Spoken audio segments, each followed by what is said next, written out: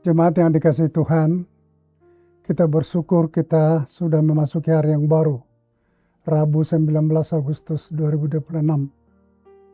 Sebelum kita melanjutkan aktivitas kita, kami mengundang kita untuk bersekutu dengan Tuhan lewat renungan pagi. Kita berdoa. Terima kasih Tuhan untuk berkat-Mu, yaitu hari ini untuk kami jalani. Kami mohon Engkau yang menuntun dan juga mengarahkan hidup kami, meneguhkan langkah kami untuk hidup dalam hari ini. Sebentar kami merenungkan firman-Mu. Engkaulah Tuhan yang mengajar dan menerangi hati kami. Amin.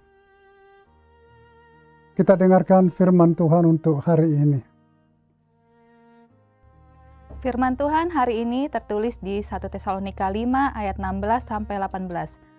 Bersukacitalah senantiasa, tetaplah berdoa, mengucap syukurlah dalam segala hal, sebab itulah yang dikehendaki Allah di dalam Kristus Yesus bagi kamu. Demikian firman Tuhan.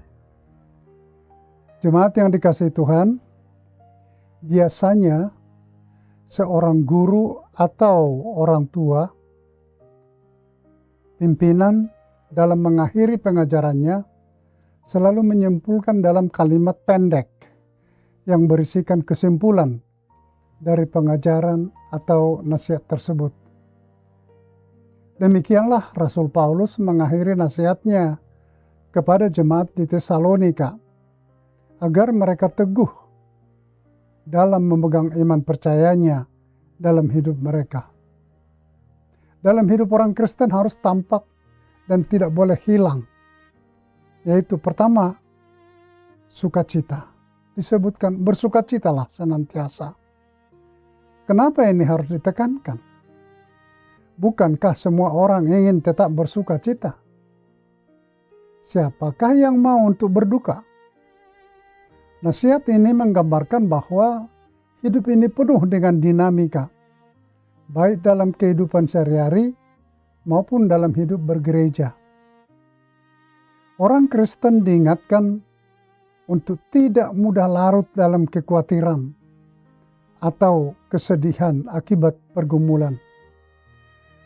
Satu dengan yang lain diajak untuk saling mendukung, saling peduli, saling meneguhkan.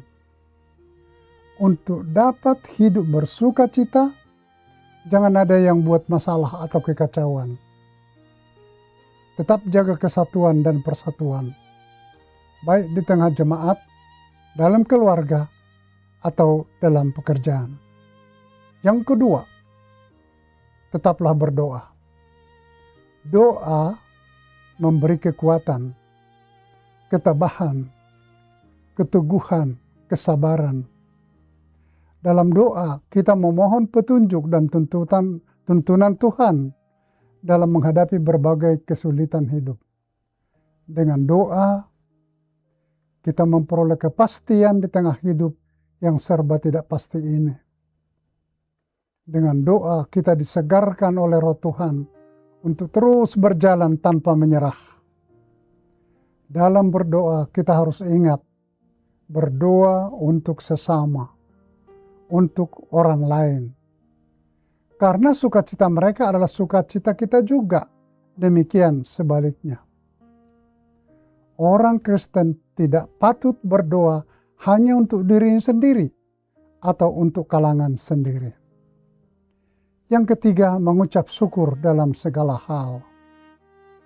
Hampir sama dengan bersukacita.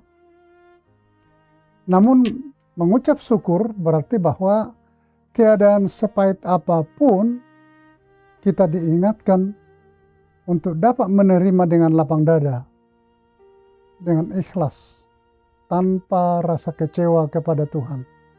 Karena kita tahu bahwa segala yang terjadi dalam hidup kita ini ada dalam kendali Tuhan. Kita tetap yakin saat kita lemah, Tuhan memberi kita kekuatan. Saat khawatir, kita mendapat ketenangan dan harapan baru. Seorang pengkhotbah pernah berkata bahwa benih kekhawatiran dan dosa yang ditaburkan oleh iblis paling sulit tumbuh dalam hati dan jiwa orang yang tetap bersyukur kepada Tuhan. Selalu sekali lagi diingatkan, jangan pernah hilang sukacitamu. Tetaplah berdoa dan tetaplah mengucap syukur dalam segala hal. Ketiga hal ini adalah 3 pilar kehidupan sebagai orang percaya. Selamat pagi, Tuhan Yesus memberkati. Kita berdoa. Tuhan Yesus, kuatkan dan ingatkan kami akan kehendak-Mu, supaya kami tetap dapat bersukacita dan berupaya mewujudkan sukacita, bertekun dalam doa, serta mampu mengucap syukur dalam segala hal.